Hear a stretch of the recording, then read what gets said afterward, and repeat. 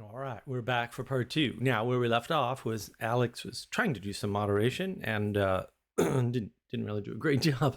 Not his fault. Dawkins sort of interrupted it. That's not what you believe, is it? And Alex was trying to state Dawkins' position, actually. And then Peterson went into this, I don't care if it's top down or bottom up. Quite the ride. So at this point, the thesis we have on the table, although, again, it wasn't fully stated by our moderator, which is not his fault at all. Alex is doing his best. He's new at this, obviously. There's nothing in the text that says it's divinely inspired. And then Dawkins, which is Dawkins' position, Dawkins says, "It's not what you believe, is it?"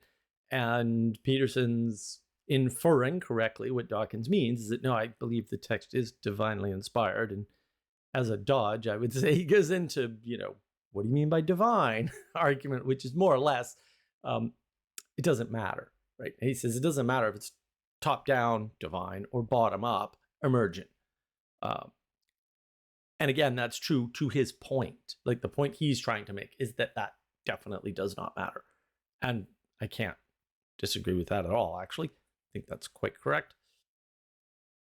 But again, it's an emergence is good move. So let's see where the conversation goes from here, because I suspect it's going to get even more interesting as time goes on somehow. It doesn't make a difference whether it was divinely inspired or whether it evolved within human. I don't think look, so let me ask you this. Like, I think that at bottom, truth is unified. And what that's going to mean eventually is that the world of value and the world of fact coincide in some manner that we don't yet understand. And I think that union, the fact of that union and the fact of that union is equivalent to what's being described as divine order across millennia. There's no difference. Now, and this is a tricky business, because you either believe that the world of truth is unified in the final analysis, or you don't. Those are the options. And if it's not unified, then there's a disunity. There's a contradiction between value and fact, or there's a contradiction between different sets of values, and they can't be brought into a unity. I don't believe that. Well, let's go back to what you said earlier, which I was very interested in. You implied there's no difference. Okay. Notice that Peterson lays out an entire case, and Dawkins says, let's go back. Strange move. Strange move indeed, unless you're just not prepared to deal with the consequences of what Peterson just said, which, I mean, it's a great case. Peterson's making a great case there for sure. But if you don't believe in a correspondence between truth and facts, or reality and facts, because that ends up being roughly the same thing, at least to these people, then what are we doing? Good question. Good question, right? Because it would invalidate science. Science finds all these facts, can't find truth anyway, and you have all these facts and they don't correspond to anything. Who cares? Right. So it's, in some sense, it's a trap. But it's just a result of logic, reason, rationality, just one that people who claim expertise in such things don't like, because it forces them back out of the scientific frame to a larger frame, roughly speaking, a religious frame, which is where science came from. That might not be a coincidence. Let's see where Dawkins wants to go. It's between whether the text is divinely inspired or whether it evolved in progression during a series of manuscripts, presumably. Now, I think that's genuinely interesting, but it's a huge difference. It's not the same thing. I mean, either it was divinely inspired or it wasn't. Well, it's the same thing if it's fundamentally reflective of and accurately reflective of the implicit logos or order. And I think... Right. So Dawkins notices what I was saying. It matters a lot if it's bottom up or top down. Right. But it only matters in a certain way. So let me explain this, because I don't think I explained this last time. And to be fair, Dawkins is the one that's making this more clear. So I want to be a little bit more clear about it. The fundamental principle behind the scientific obsession with Darwinian evolution, we'll say, which is actually a set of theories, hypotheses, unprovable ideas, in other words, unscientific ideas, by the way, and a lot of inference. Most of the evolution stuff is inference, right? It's not directly accessible fact. That's important to them because it means they can manipulate it and build the world they want. And before you go off and say, well, that's not necessarily true, that's how they talk. They actually say this all the time. Brett Weinstein's famous for saying this constantly.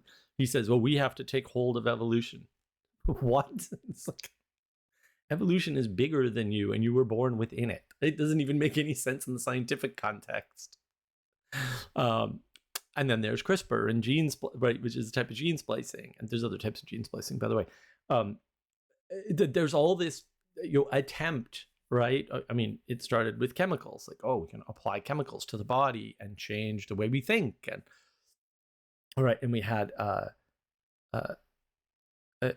another conversation where, Sam Harris claimed that, well, yeah, if we could remove the memories of this person and their bad acts and remove the badness from their brain, we should do that. It's like, and they're not the same person? Right. If we had autonomy over other people, it's like it all leads to the same place. They don't see it that way because they don't make the next couple steps, right? They just say, we need to do this next. Very short-sighted. Science tends to be very short-sighted. It has to be.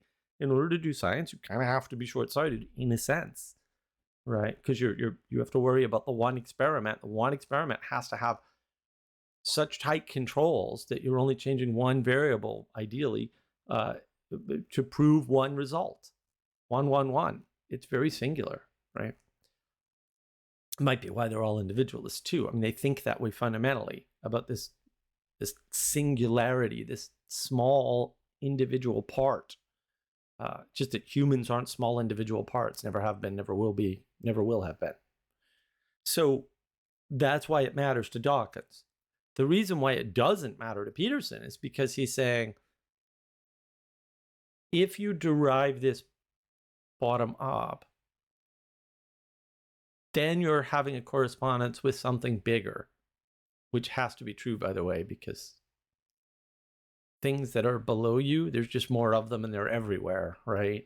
And you may be, quote, bigger than them, but you don't control them in that way. And to the extent you could control one of them, like you could dissect a frog, you certainly can't dissect all frogs, right? You could put a frog, maybe 10 frogs in a terrarium in your house. You can't do that with all the frogs, right? And so, right, and they confuse those two things. People confuse that all the time. Everybody does this. It's because you can't track all when the set is millions or hundreds of millions or larger, right? Your brain just can't do it.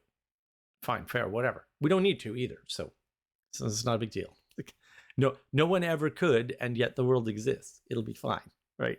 So that, I think, is where this difference is going to come from. But let's see how it unfolds, because I'm genuinely curious now as to whether or not Dawkins is going to sort of give away his hand here. I think it is. Like, let me explain that a moment. Like, it took me a long time to understand the concept of sacrifice in the biblical text, because it seems so anachronistic and so primitive, and primitive and not understandable. What are these people doing, offering, choice cuts of meat to a God that lives in the sky? Something disgusting about it. Well, it's very easy to satirize, but when you start to understand that perception itself is sacrificial in its nature, and you start to understand that there's no difference between work and sacrifice, that they're the same thing, and you understand that community is predicated on sacrifice, then the emphasis in the text on sacrifice starts to become something quite marked and remarkable, especially because it's implicit. It isn't obvious at all that the authors of the texts and the editors who sequenced them actually understood what it was that they were highlighting. So with regards to the community, why is the community predicated on sacrifice? Okay. Before we get into community, Peterson's made a few excellent points here. He says about sacrifice, he says there's sacrifice pretty much all the way up and all the way down, right? And in fact, the way we make bigger things is sacrifice. So he uses sacrifice, your perception, and I would substitute the word attention. And then I would invoke Jonathan Peugeot. The world is attention. Oh, the world is built from what you sacrifice. Sounds right to me. I mean, I can't find any counter examples off the top of my head. So yes, I think double, triple, quadruple, yes would be my something like that. So the question at that point, becomes something like, okay, so we've got this sacrifice at all of these levels, and that's what builds them up. And so you could say that at the personal level, you sacrifice some level of your autonomy to be in a marriage, right? That seems fair. Pretty sure every married person I've ever talked to whines about that quite a bit. And fair enough, maybe they should.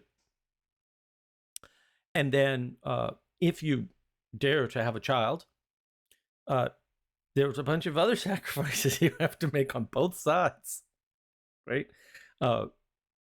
But the child, on average, hopefully outlives you. Oh. So in order for your impact on the world to outlive you, you need to make a bunch of sacrifices, a series of sacrifices at different layers. And as you scale that up, it goes to community. So I wanted to make that a little bit more clear. And all of those sacrifices involve a sacrifice of your attention. Right? And then I'm not going to do it here. If you want a video on that, comment, maybe I'll do one. You could tie this back to John Vervaeke's relevance realization, right? The idea of perspective, the salience landscape, and all the affordances, right? Affordances work great. Vervaeke never talks about affordance in the future, however, because then he'd have to talk about sacrifice. He doesn't have tools for that, it seems. But that would sort of round that out and make it all make sense, right? It's when you add this dimensionality to those great core ideas by Vervaeke that all this stuff becomes clear in the science of meaning frame, as I like to refer to it. So that's super important.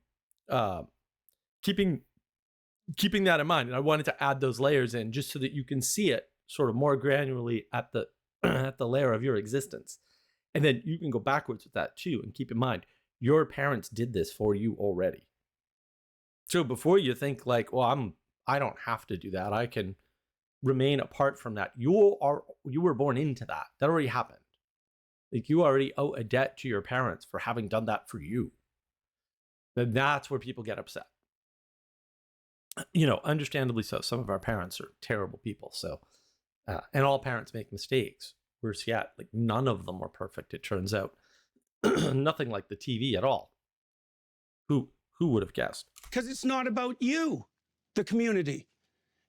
Every step you take towards the communitarian means that you sacrifice something that's local to what you want here and now, right now. I think you have to give something up. You're wandering onto something else now, which is something quite different.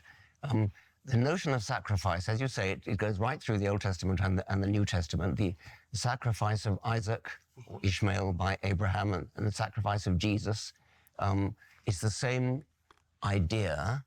I think it's a very unpleasant idea, by the way.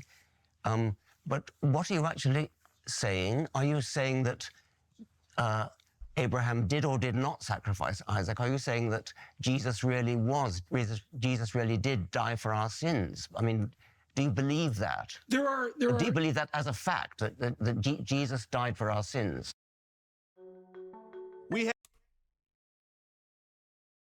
Okay. What an interesting way to frame this. Do you believe that as a fact? Why yes. How's Peterson going to get out of it? The fact that Dawkins finds this unpleasant, I'm like, yeah, but it already happened. So your discomfort is not an indicator of anything. But I think what you'll find with the sciencey types is that they care very much about their personal feelings. And they often, very sneakily, I would argue, use those to justify and validate their, evidence lacking moral stances or their attacks on moral positions. So you should kind of keep that in mind, because I think it's important to realize that that's going on. There are elements of the texts that I don't claim to understand. What my experience has been that the more deeply I look into these texts, the more I learn.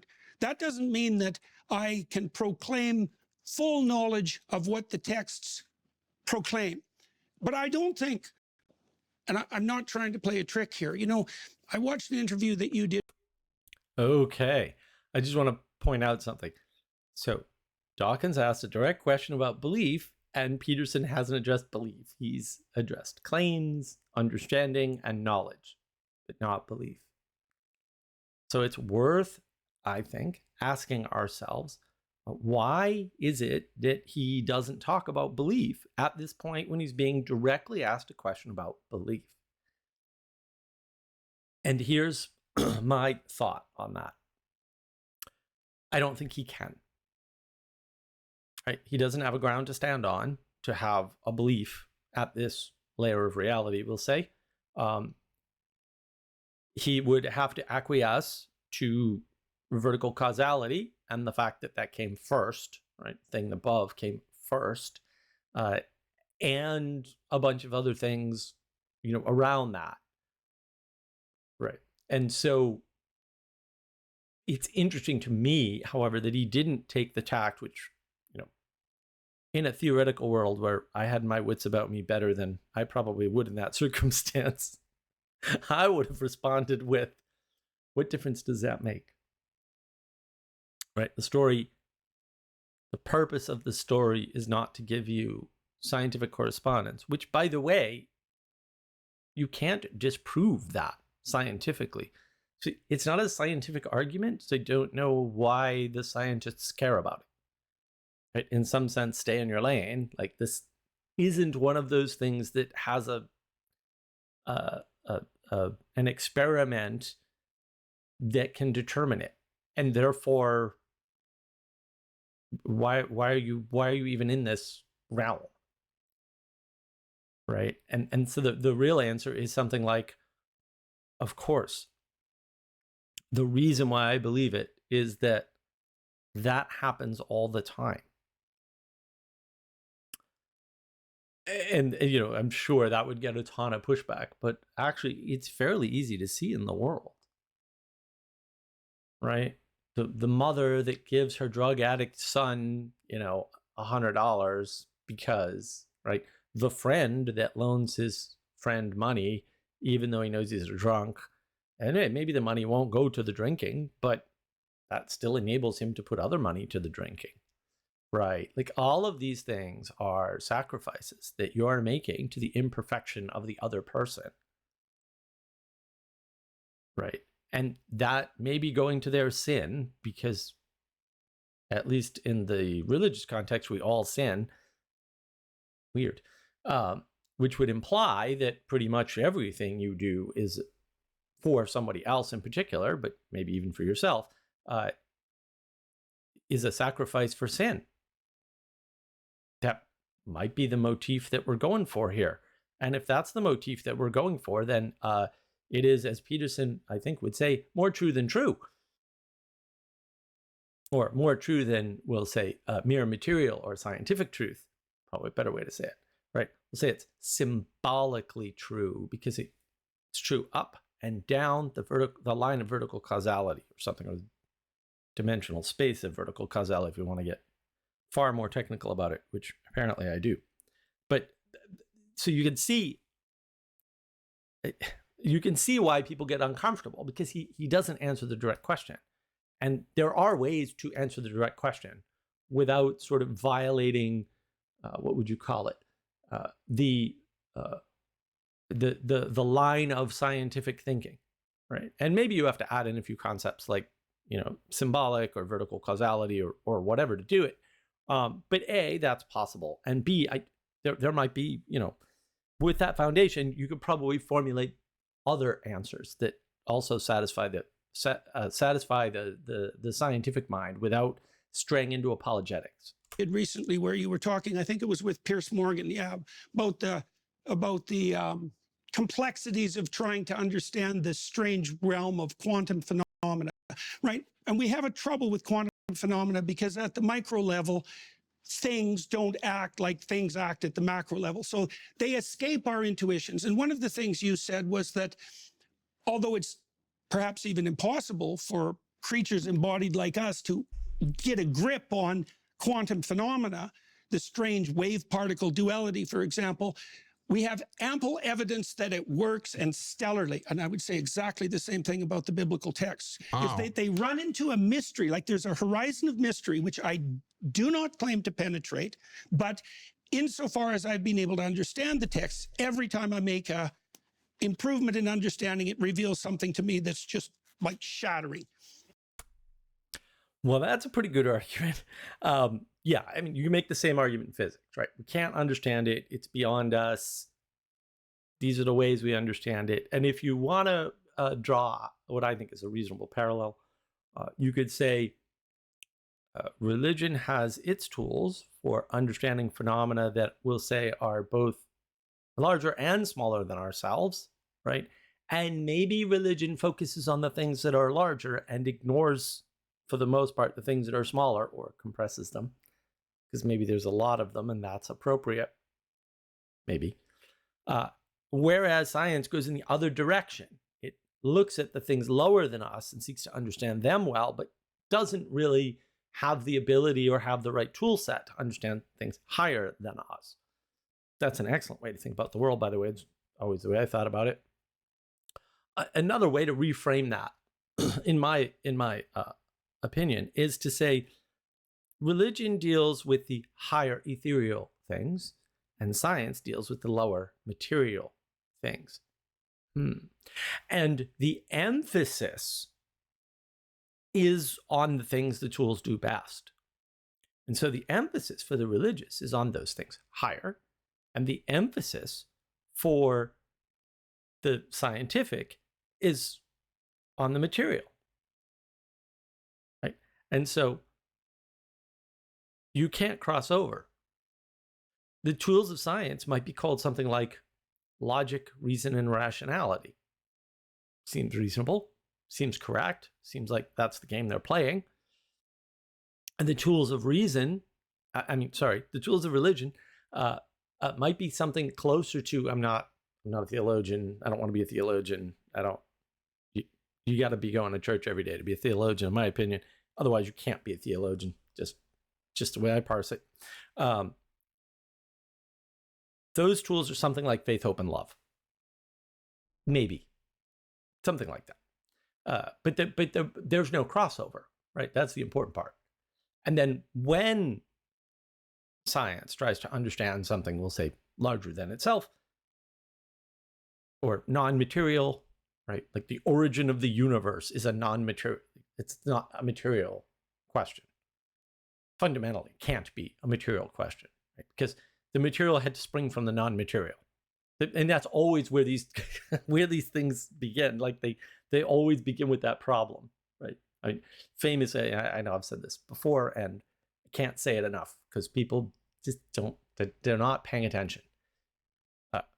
Physics is well aware of the problem of matter and antimatter, right? So they've posited this equality, matter versus antimatter, and when the two collide, they destroy each other. That's an equality. Just based on an equality doctrine, if you want to put it that way, which you should, because that's the most accurate, precise way to talk about it. And they can't figure out why there's more matter than antimatter.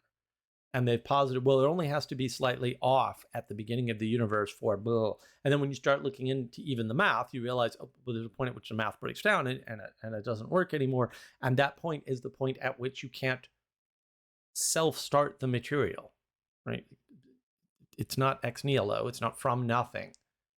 Well, where did it, if it didn't come from nothing, where did it, but it can't have come from something, because there's a something we can science, right? That's just a limit of science. Sorry, like science has a limit. That's one of the many limits of science. It can't deal with the non-material. And you can't explain the material using the material. That makes no sense. This is the Heideggerian critique for science, by the way, in case you were unclear on that, which fair enough. If you didn't understand, yeah, if you apply Heidegger on the other side of the register, you run into the same problem. Yes, of course you do. Because Heidegger was an idiot. Sorry, but he was. This isn't that hard, right? There's two ways of thinking about the world. Now, the important part, at least for me, is what is materialism? All science is materialism. Why? Because it only has tools to focus on the material. The side effect, or the second order effect of that, would be the material in science has to be the prime mover of the world. If you thought the material was the prime mover of the world, and that your tools were the tools to understand that thing, which in this case, they are the tools to understand that thing, you would try to understand the entire world using those tools. And when you try to understand the entire world using those tools, right, the tools of logic, reason, rationality, or whatever scientific tools you want to posit, if you think my list is wrong, that's fine. Pick another list, doesn't matter, right? You can't, because as I've just demonstrated, the beginning can't have begun with the material. That's what makes you a materialist, not whether or not you believe there are non-material things in the world. That takes 4 seconds, right? Thoughts are not material. There you go. Problem solved. I don't think any people think there aren't thoughts, even though they're scientists, and therefore there can't be, what does John Vervaeke call them? Physicalist reductionists? Like that? Of course not. You can't reduce the world to physicality or materiality. Of course not. But if you think the world is primarily governed by material, you're already wrong. Like that can't be true by your own system. Your own system of science says that's not possible, right? And so that's materialism. So if you're trying to use science to understand the world, you are definitely a materialist. You're also completely wrong, and observably so. So I don't even know why we're having this crazy talk. I don't think Einstein would have fallen for this nonsense. He would have said, duh, God doesn't play dice with the universe. Hello, right? Like, he didn't have this problem. We didn't have this problem in the 30s. What happened? What changed? It's a good question. So when you think about it that way, like, oh, materialists, which is people who are using logic, reason, rationality to understand the whole world and understand how things, happen in the world. And my argument is, especially with history, for example, history is a great example because, in some sense, I was cheated out of proper historical learning. You can't understand history without understanding religious movements. It's actually not possible. It's not possible because it just turns out that the things that drive historical events always have a religious origin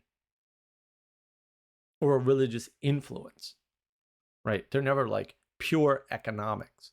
How many wars are actually described by not having enough resources? Oh, it turns out almost none.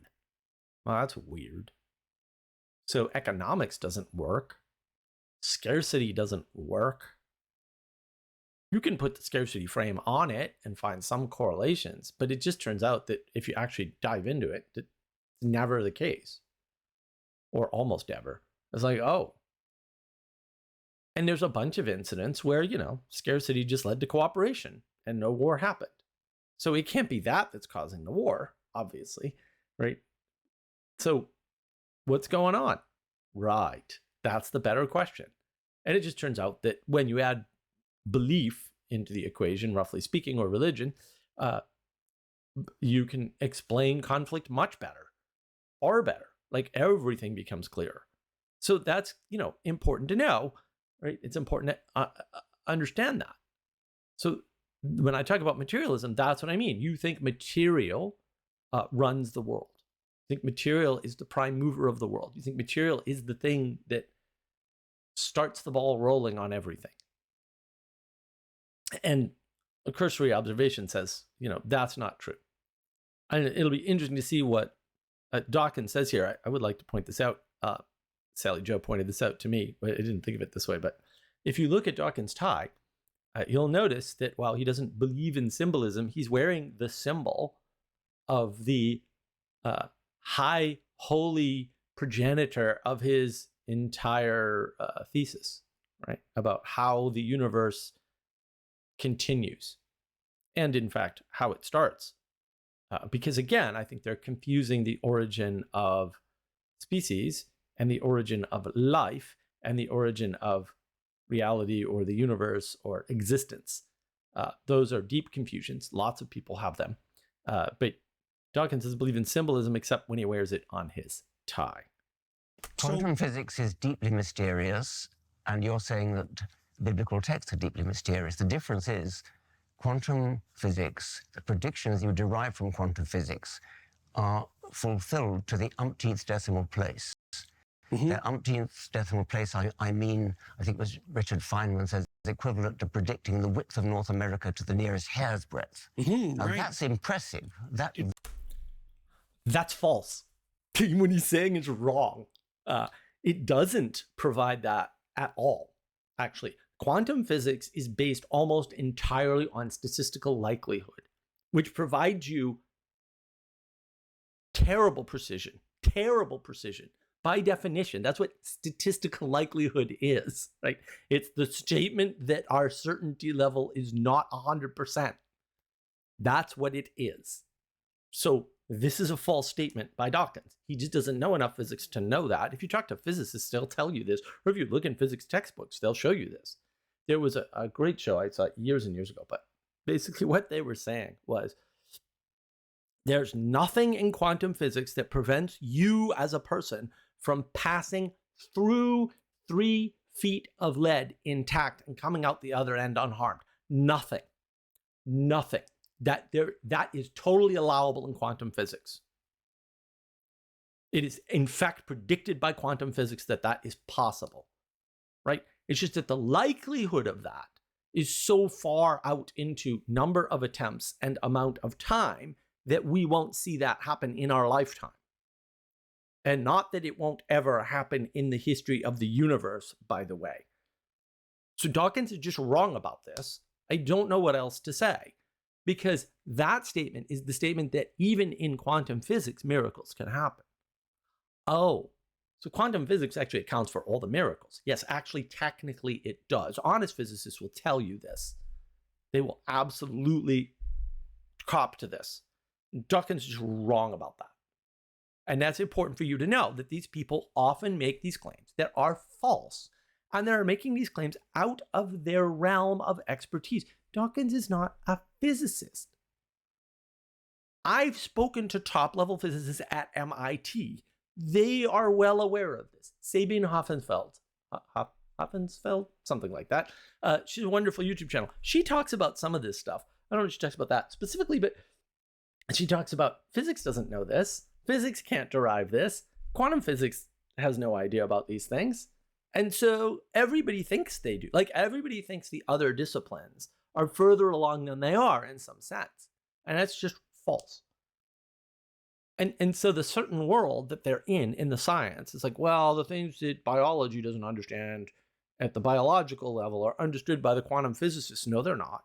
That's just wrong. Quantum physicists can't help you with your biological emergences that you have zero explanation for. See Michael Levin's work. I mean, he talks kind of about this, although he's also a little optimistic about what's going on, and his interpretations of things are quite hysterically incorrect sometimes. But like, he's noticing, quote, the biological miracle is not explained by biology, and claiming, oh, well, physics will work this out. They do that all the time. And all the disciplines do this with all the other disciplines, right? Because they're all disconnected.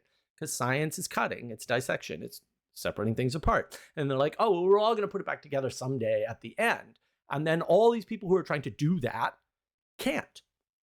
And then they're just discovering this now. And they're like, oh my goodness, you can't do this. There's no, quote, theory of everything. But, right. the theory of everything would be religious. Sorry, that's what it would be. By definition, by the way, but whatever, we'll set that aside. Like, yes, if you had a theory of everything, you have a set of principles to follow. It would tell you what to do in the world and how to act, and it would define morality and all those things. Right, we have a word for that. It's called a religion. Like, why are you doing this? Why are you trying to recreate religion using science? But that's what they're trying to do. But it's important you know that what Dawkins says is just flat out incorrect. Sorry. That's No doubt. the mystery there, as it were, gains its credentials by its predictions. The mysteries of the Bible don't have any credentials at all, as far as I can make out. Well, I guess the credential. So you'll notice there's the other trick here. The mystery there is somehow resolved by credentials. Dawkins didn't list any credentials at all. What he appealed to was a correct prediction, which he was wrong about, by the way. Just, again, completely wrong. That's actually false. But let's suppose he's right. Peterson's claim was already the Bible predicts all these things correctly. So where's the difference? Because you've used an extra word, you just added it in. No one brought it up before, right? It hasn't been used in the talk that I can recall. You just added in the word credential and appealed to it. But what you've described was not credentialing. What you've described is correct prediction. But Peterson already explained these are correct predictions. Now, maybe you didn't do a good job of that. Like, fair enough. I have obviously already had my criticisms of him on that account. But these are the sorts of tricks they play. Well, there's no credentialing, and the people that talk about the Bible don't have a PhD in Bible or something. Like, I don't know what that would look like, credentialing for the Bible. And then any appeal you make to, well, there are theologians, they'd be like, yeah, but they're not credentialed scientists. They didn't go to university or something. And it's like, yeah, you know what else didn't go to university? University didn't go to university. University came from the church. So if you want to make a credentialing argument along those lines, along, like, we'll call them material lines, then all credentialing comes from the church. And so if the church is giving, it gave the academy credentialing, and it's also giving theologians credentialing, then you do have credentialing, and theologians are still right, and your argument is still invalid. Like, there's no way to make this argument work on Dawkins' side. Sorry, dude. Like, there's just no way to make the argument work. You're just plain wrong. That I would put. You made a statement a couple of months ago that I found very interesting. And I don't claim to understand it, and I'm not trying to put you on the spot with it. You said that you were a cultural Christian. Okay, and so that raised a number of questions in my mind. And the first question was, you are changing the subject. No, I'm not. No, I don't think so. Okay. Look, Peterson did not deal with the credentialing thing.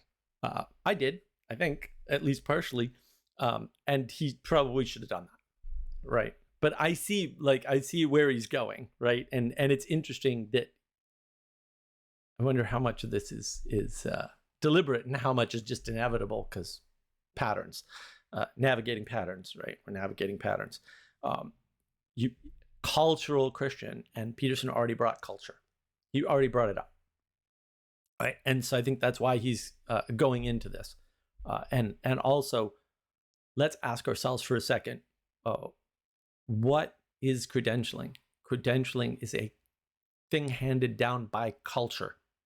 So, sounds like a valid move to me. I do wish he'd address the credentialing thing, but maybe that's what he's going to do. Let's find out. I may be leaping outside of the topic a bit to get back to it. We can do cultural Christianity, but I think, because I have a list of questions that you wanted to ask, and that is one of them. But I think Professor Dawkins did ask you... You were referring to the predictive power and to the utility of the stories. Yeah. Okay, so that's actually what I was trying to zero in on. Go ahead. Okay, so that was the point. Well, it seemed to me that your proclamation that you were a cultural Christian was a recognition and a statement that you had found something in the culture that had been derived from Christianity that you had an affinity with, and that there's some reason for that. And one of the things I wanted to ask you is, well, what do you think that Christianity got right that allows you to make a statement like that. I mean, I know that there's differences perhaps in what we both think about the ultimate veracity of the biblical stories. Maybe there isn't differences. Like, it would take a lot of conversation to figure this out. But what did you mean by that? Like, what do you think that Christianity got right that would enable you to make a statement like that? All right, so Peterson did make the argument. That's good. Also, you notice that O'Connor tried to sort of butt in and take control of the conversation there and totally failed, which I feel bad for him because I don't know how you thought you were going to moderate these two. They're just going to go off on their own for sure. But yeah, this is the correct course of action, right? Obviously, you found something there, some correspondence, something helpful, just like you claim you find in science. Fair. What what do you mean by that, right? But all this, I don't mean to put you on the spot stuff. I'm not a fan of that. Like, I don't understand that move at all. You made a statement. Do you stand by it or not? And if you do, like, stand up. And if you don't, back down. It's not that hard. Like, why do we have to make a big deal out of it? Like, if you can't back up what you say, fair enough. Just, like, acquiesce. I don't understand why that's not an option. Or stand up and defend. That's all. And if you fail, fail gracefully. Why is this a problem? Why is it a problem to hold people to what they say publicly? And privately is different. I get that. But also privately is different. We're getting very confused between what's happening in our head, what's happening privately with people we trust and care about and know, right? And what's happening publicly. We're very confused about those three things. Why? I don't know. I honestly just don't get it. But we it seems like we don't understand where we end and other things begin. And so we can't, with equality doctrine and individualism and all that, we just think if we think something, we might as well have said it to a close personal friend or a family member. And that's the same as saying it to the world. And it's like, none of those are the same. They're all completely different. They have completely different implications and different impacts on the world. Right? Like, saying you care and showing you care are different things entirely, right? Like, these are different things.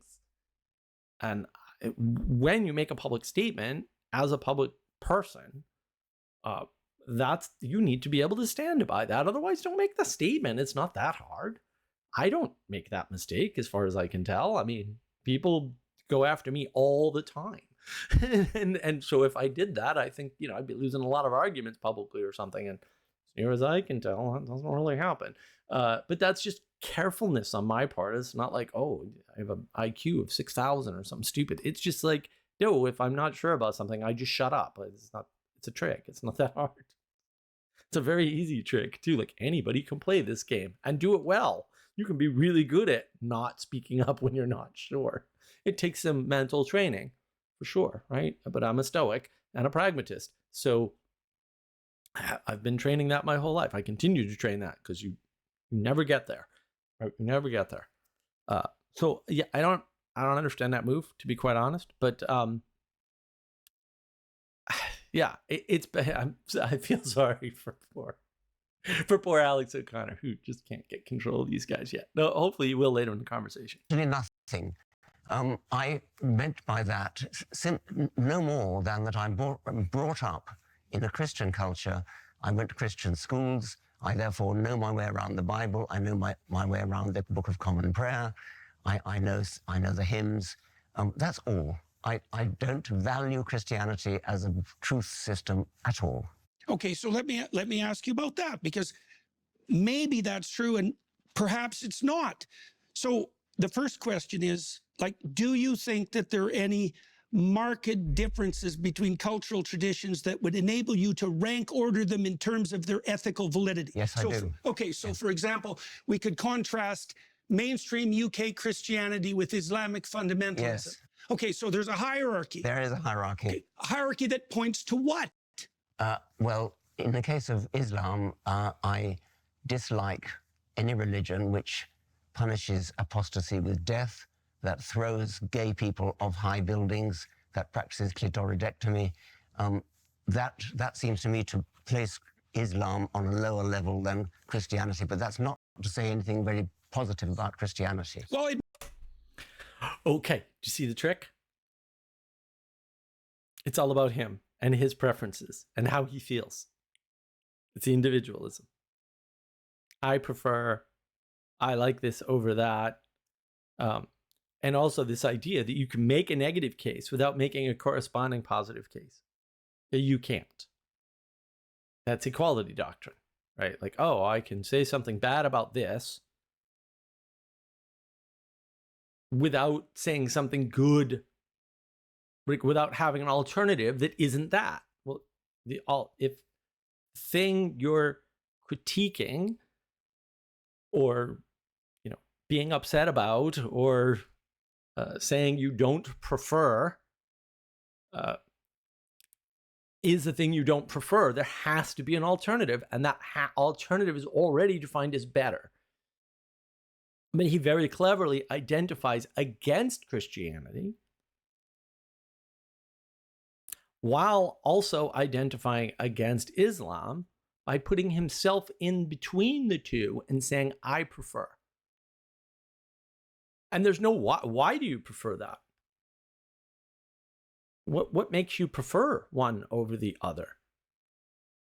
Because that's the real question here, not what your preference is. I don't care. Like, your personal preference and your opinion are indistinguishable, by the way. People don't tell you that. They think preference solves the problem. Preference is just your opinion. Sorry. I know somebody in Tennessee might be unhappy that I pointed that out. Yeah, I think I have an opinion. Okay, that's great. So does everybody else I've ever met. I don't know. Everybody who came before you and everybody who will come after you. Sun rises in the east too. Nighttime. Like, I don't. What are you saying? Right? It's really not. It's not the. I prefer this over that. Like, so what? That's just your opinion, right? What are you appealing to? And does the outcome of your preference play into this, right? It kind of does. I mean, for Dawkins, the outcome of the preference of Muslims to throw people off of buildings, that's his claim, not mine, because they're gay, matters.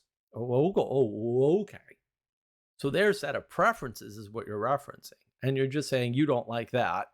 And you're not saying the alternative is better.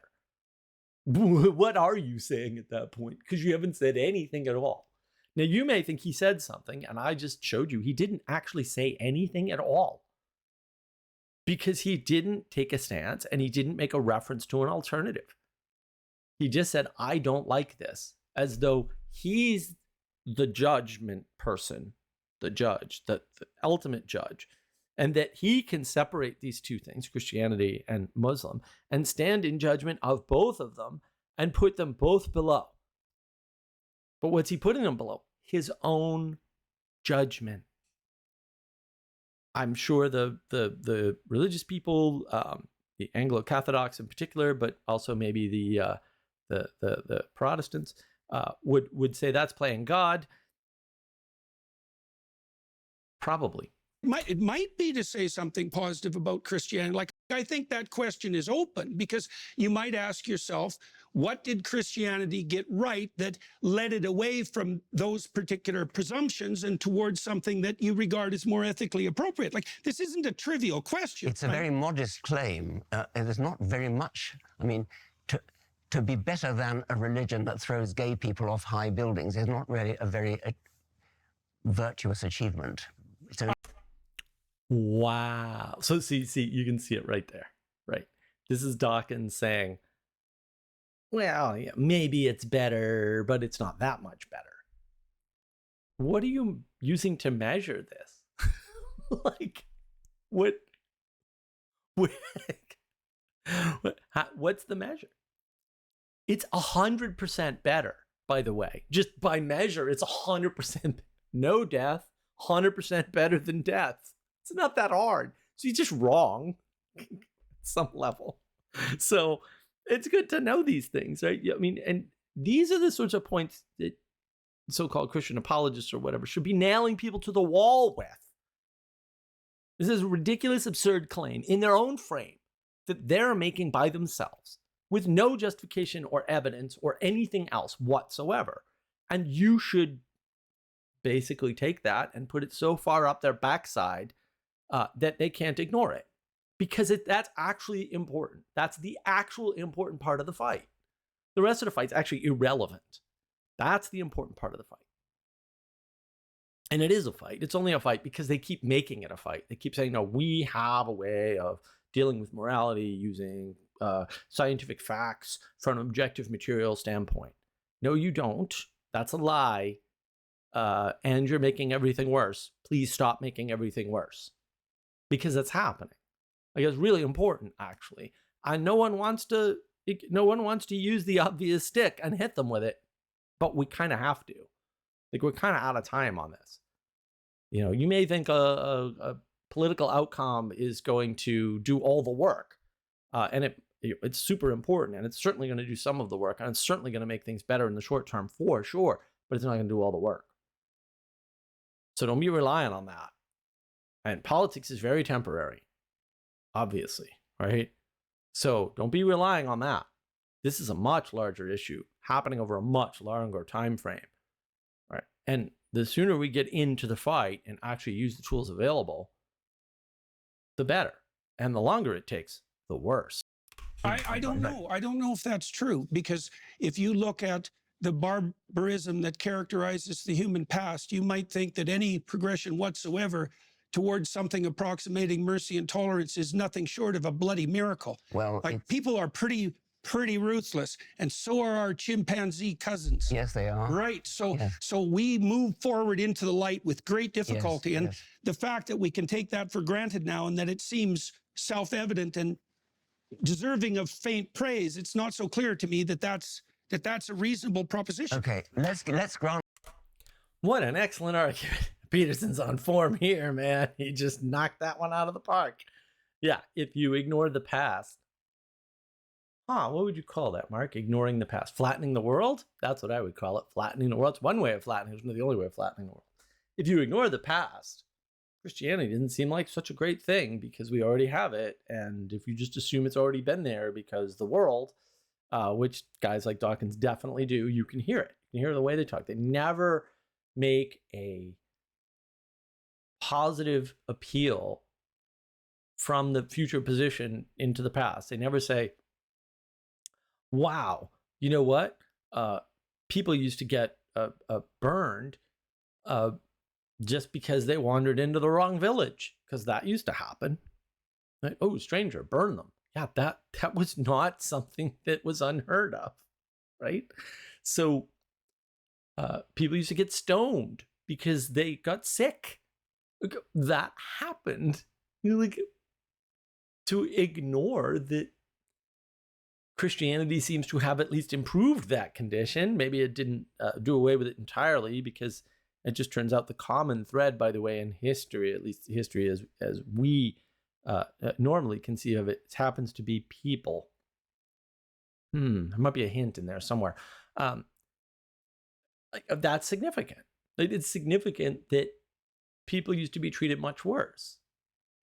That there were, we'll say, more varied types of human slavery, human ownership, than there are now. And that seems to coincide with a certain set of events that, I think I've mentioned this before, from a historical perspective, you do realize that all of history is denoted by BC and AD. Well, that's a little weird. Why did all the historians decide to make that change? And why does it show a progression from, we'll say, barbarism infinitely into the past, right? Because BC goes in the opposite direction, right? Heads towards zero. And sort of like the zero starting point for understanding history happens to be this weird set of events around this particular historical figure, because as near as anybody can tell, there's quite a bit of evidence for the historical figure of Jesus. And then that's the zero point of something like proper civilization, maybe. And then it proceeds from there. Isn't that a little weird? Is it a little weird that no one kind of mentions that like every 5 seconds? Because maybe that would help. Answer the faint praise, but that has nothing to do with the truth value. And what I care about is the truth value. I see no truth value in the claims of Christianity, the virgin birth, the resurrection, the miracles. Do you believe in any of those? Do you believe Jesus was born a virgin? As I said before, there are elements of the text that I don't feel qualified to comment on. My experience has been that the more, I know from a metaphorical perspective and from a mythic perspective what the story of the virgin birth means, and I accept that. I know, for example, that any culture that doesn't hold the image of the woman and infant sacred dies. Do you mean and I don't know how that needs to be expressed in a form. Is it true, though? Do you mean that you don't know? Well, let me ask you about. Okay. Notice the trick that Dawkins plays. Truth claim. Well, what's truth, dude? What is a truth claim? What does a truth claim look like? Now, notice that earlier we were talking about the same thing. We didn't use the term truth claim, by the way. We used the idea that a prediction is correct and has some utility in the world. And now we've switched again, because there's a lot of switching going on. As science people always do the switching. Oh my goodness, it makes my head hurt. They always do the switching. What's a truth claim? What claim would you accept? How would you determine a truth claim? You haven't answered any of these questions. You've just trotted out truth claim as though everybody knows what that is and everybody knows how to make one and everyone knows what a valid one looks like, independent of all other factors. That can't be, right? That is the argument we're having on a cultural level, on a societal level, on a world level. The argument we're having is we're all living in the same world, we're all people, and we can't agree. Right. Well, then what is truth? Right. What is reality? Right. That's the argument we're having. And this guy's trotting it out as though that argument doesn't even exist, and that there's such a thing as truth claim, and that once somebody makes a truth claim, it will be understood universally and agreed upon by everybody. Because this is what they always do. And the only way you can come to a conclusion like this, the only way, technically, that you can come to a conclusion like this is if you're a massive, arrogant narcissist who has to presume that you have access to that by yourself, for yourself, and therefore you would know it if you heard it from somebody else. Middle out thinking. This is what I'm talking about. It's all right there. Unfortunately, I just, I don't know why people like Dawkins get away with this. This is nonsense. This is nonsense. It's not even an argument or a discussion. He's just adding new words whenever he gets caught in a system where Peterson's proven the point. He's made the same point on the other side of the register. And every time Dawkins gets caught, he adds a new word or a new term or a new phrase or a new concept. Right? He's just running away, running away, running away, running away. That's what these people do.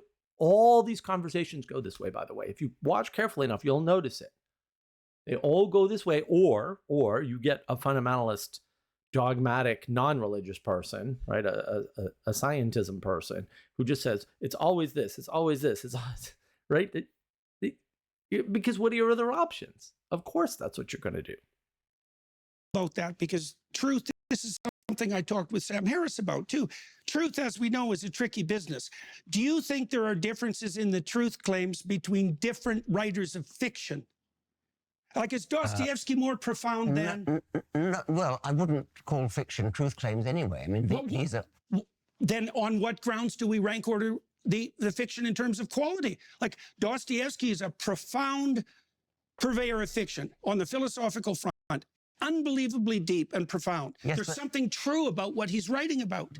It's nothing to do with the truth that science is concerned with. The truth of science is the truth that gets us to the moon. I mean, this is nothing to do with whether one writer of fiction has a sort of insight into human nature. That goes without saying. I accept that. Okay, so how do we deal with? Hold on. That goes without saying. I accept that. What are you accepting? Are you accepting that one writer of fiction is better than another? And on what ground? See, this is the problem. On what grounds? In other words, Jonathan Michaud used to ask this question. He doesn't ask it anymore. I understand why. Maybe he shouldn't ask it anymore. Where are you standing to accept that? What causes you to accept that different writers of fiction are of different quality? Because we're talking about quality, by the way. Oh. Peterson's thesis is that quality is dependent upon truth with respect to writing of, quote, fiction. I think that's probably true. That's probably correct. That's probably accurate. That's probably valid. Right. So Dawkins just waves this away. Another common trick with these types of people. They just wave it away. Sure, whatever. I agree with you. It's definitely a difference, right? But he didn't actually answer the question or resolve the issue, right? Because it is the issue of what is, if you're able to make a determination of quality of authorship, what would you call that? There's a valid move here, right? Which is, well, I wouldn't call that true. Okay, that's fair. Like I could make that argument work. I'd have to think a lot more about how to actually communicate it. But that is an argument that could be made to work, by the way. Like I've heard that argument before and it's doable. But whether or not it ultimately holds up is a different question, by the way. That's right. Doesn't even try. This is always a tell. Doesn't even try to make the argument, whether it holds up or not. Oh, people who don't even try to make the argument whether it holds up or not are full of it. Yes. Not all of them, but like 99.9%. So close enough, right? Close enough. It's a notion that on the purely factual side, how do we deal with the idea? Let's take you talked about clitoridectomy. Let's talk about the oppression of women. Yes. We make a scientific case that that's inappropriate? Or is it a case that we're making on some other grounds? Like I see in the Judeo-Christian tradition, one of the earliest pronouncements is that both men and women carry the image of God, both. And that sets a certain tone to everything that follows. And it is a remarkable proclamation given its radical age, that both men and women carry the image of God and are to be treated as something with intrinsic value outside of the domain of power and politics. And it isn't obvious to me, having thought about this a lot, how we deal with that in the pure realm of fact. Because one of the facts is, if I can oppress you, why the hell shouldn't I? So I just want to point something out here. I think that the use of God here is actually not the best. I would say creator there for sure, because now you're taking it one step. I know a bunch of people are going to be like, that's not true. It is, though, one step out of religion and closer to science. You're not going to bridge that gap. That gap is real, and it's never going to be bridged because it doesn't need to be bridged. So too bad, right? But you're taking it one step closer to the frame of the other person, and you're saying, look, you don't have to accept like God in all of this, right? But yeah, like why? No, and individualists in particular can never resolve. If I can oppress you, why shouldn't I? Because it's not resolvable within that frame ever. It's impossible technically, and we know this mathematically. You can map it mathematically and do the math, and that's been done. I didn't make that up. I watched somebody do it. You can map this mathematically. If individual, then that is true. If individualism is real in any way, shape, or form, then the fact that you can oppress people means you should. Yep. True. Correct. Fortunately, for the rest of us, you don't live in that world. You've never lived in that world. You're never going to have lived in that world. You will never live in that world. Sorry. Which means you have to account for other people, which means that oppression has a cost, right? There's a trade-off in all forms of oppression. Right. This is where the complexity comes in. It's like, oh, wait a minute, right? It's not to say you can't ever or shouldn't ever oppress anybody ever, right? I'm not a hippie Jesus guy. flipped over the tables for a reason, among other things. Like, that's not the only part of the Bible you're skipping over if you think hippie Jesus. But also, there's a cost. You just need to be aware of that cost, right? And what you're getting out of that cost, right? So that's important to realize. But I think also it's important to shape the argument better. In this case, Peterson did a fine job. I'm not saying he didn't do a fine job. I'm just saying I wouldn't use God there, or maybe if I were in that situation, I would have the presence of mind not to. That's being really optimistic on my part, but I have the advantage, right? I'm watching this conversation. I'm not in it. It changes everything. I can make much better arguments when I'm not embroiled in the moment. We all can, pretty much, most of us. My job is to keep things on track here. I think there are a number of questions which Professor Dawkins has asked quite directly that we still haven't really heard an answer for. Okay. When Professor Dawkins asking about the virgin birth, you started talking about metaphor, you started talking about myth. I think anybody listening to this conversation will understand that maybe a society that doesn't believe in the virgin birth won't work. Maybe that's the predictive power that you're talking about. But I think you must understand that when Professor Dawkins is asking you, do you believe that Jesus was born of a virgin? He means something like a biological fact. And by the way, saying I don't know, or saying, I'm not qualified to comment, is an answer to that question. But is that your answer, that you don't know? I said earlier, and I would hold to this, is that there are elements of the text that I don't know how to, that I'm incapable of fully accounting for. I can't account for what the fundamental reality and significance of the notion of the resurrection is. My knowledge just ends. Sure, but I know that whatever happened as a consequence of the origination and the promotion of the Christian story was powerful enough to bring Rome to its knees and demolish the pagan enterprise. So there's some power in that story that's remarkable. Let's stick to the virgin. Okay, so I want to point out a couple things. Good for Alex for finally taking control of these two wild cats and constraining them. A bad move on Alex's part to say, oh, well, I don't know is a valid answer. That was the answer he gave. Okay, you already gave that answer, Alex. Like, he did answer it. He said, I don't know. I would argue if Peterson is making an error, and I'm not saying he is, his error is he's trying to over-anticipate, and he's not ready, willing, and able to take a stand. I don't know is a stand. By the way, I use that all the time, contrary to what people may tell you. If you just watch me, especially when I'm in a live stream, I use the term I don't know all the time because there's lots of stuff I know that I don't know. No idea. Just out of my depth. Don't know any theology at all. Not a theologian. Never going to be a theologian. So many other things. Like, haven't read this silly Bible book thing that people keep talking about. I don't know. I have no idea. It's fine. It's also not relevant usually. And when it is relevant, then I've got research to do or homework or whatever, however you want to phrase it. Peterson is over-explaining and not taking a stand. One of the things that people really like and that people really need right now is people to take a stand. And that's part of leadership. Like, leaders will take a stand even if that stand might be wrong. And that's their sacrifice. Like, well, I'm going to take a stand even when I'm uncertain, even when I don't know the outcome, even when the results could be really bad. But I'm going to take the stand anyway. Yes. So when you talk about the lack of leadership, there it is. And this is a situation, I so have to do this video. Maybe I'll record it after this if I can figure out a way to get the point across. This is a situation where more information won't help. And Peterson's trying to not answer the question because he's giving more information, because he's anticipating responses.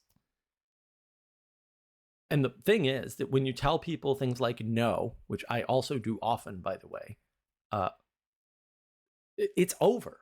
There are no more responses. If you say like, yes, I believe in the virgin birth, there are no more responses. There's no more valid responses along the line of questioning because you've taken a stand. That's what taking a stand does. It ends the line of questioning in some sense, right? And then you say, well, people continue to question. Yeah, but they're questioning something different now. Oh, Right. They have to switch frames. They have to question something different all of a sudden in order to continue the conversation. So it does end the line of questioning, and it may open up a new one that may be to your advantage, right? Or maybe you can just end it there, which is usually what I do. I say, no, I said no, I meant no. This isn't that hard.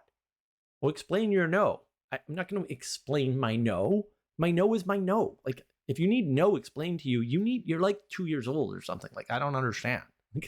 No, it's not that hard. Just accept the no. You disagree with the no. I don't care. Your opinion probably means nothing to me. Sorry, but that happens. Everybody wants me to care about their opinion. I don't care about your opinion. Sorry. I just don't. Problem resolves, by the way. It's important that people stand up and say no, or they stand up and say, this is what I believe, or they stand up and say, I don't know. These are all really important things that we're missing in society because we're trying to give more information. We're trying to anticipate other people's moves. Like, I don't care what your next move is. You're not going to change my belief. You're not going to change the fact that I don't know. You're not going to change the fact that I disagree. That's not going to happen. So, too bad. Right? And I'm not saying it's impossible for that to happen, but like, along the line of questioning, when you reach a no or an I don't know or a yes, I believe, that line of questioning is dead. You have to open a new line of questioning. And maybe in that new line of questioning, my mind can be changed. That's certainly possible. That happens. Like, sure. But also, like, close the line of questioning down. Like, let's move this on. And this is part of the lack of leadership. This is part of the reason why people have discomfort with Peterson, especially on these issues, because these are real easy issues. Like, this is what I mean by easy questions. Easy questions have one of three answers. Yes, no, I don't know. Those are easy questions. If you can't answer with the easy answer, I've got questions about your ability to think. I mean that technically. I'm not trying to be dismissive, but like, come on. And why are you doing this? Why are you trying to anticipate a pushback? Let the other person push back. Don't make the unforced error of trying to anticipate their pushback. That's what a lot of these people wait for. And this is how I defeat a lot of them. Like trolls, I defeat trolls all the time with this. I go, yeah, no. And they're like, right? And because they had a bunch of responses ready for me to say anything but that. And it completely disarms them, and they have no place to go because I just ended the line of conversation completely, and they have to start a new one, and they're not prepared to do that because they're trolls.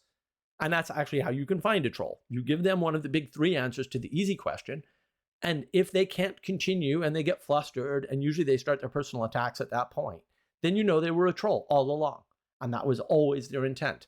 It's easy to spot this stuff.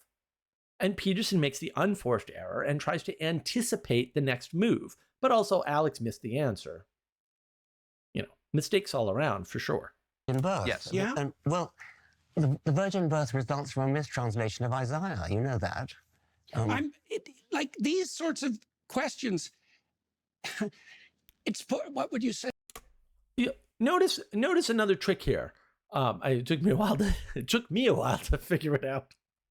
This is not easy. It's not even easy for me. You know that. Dawkins says it comes from a mistranslation. You know that.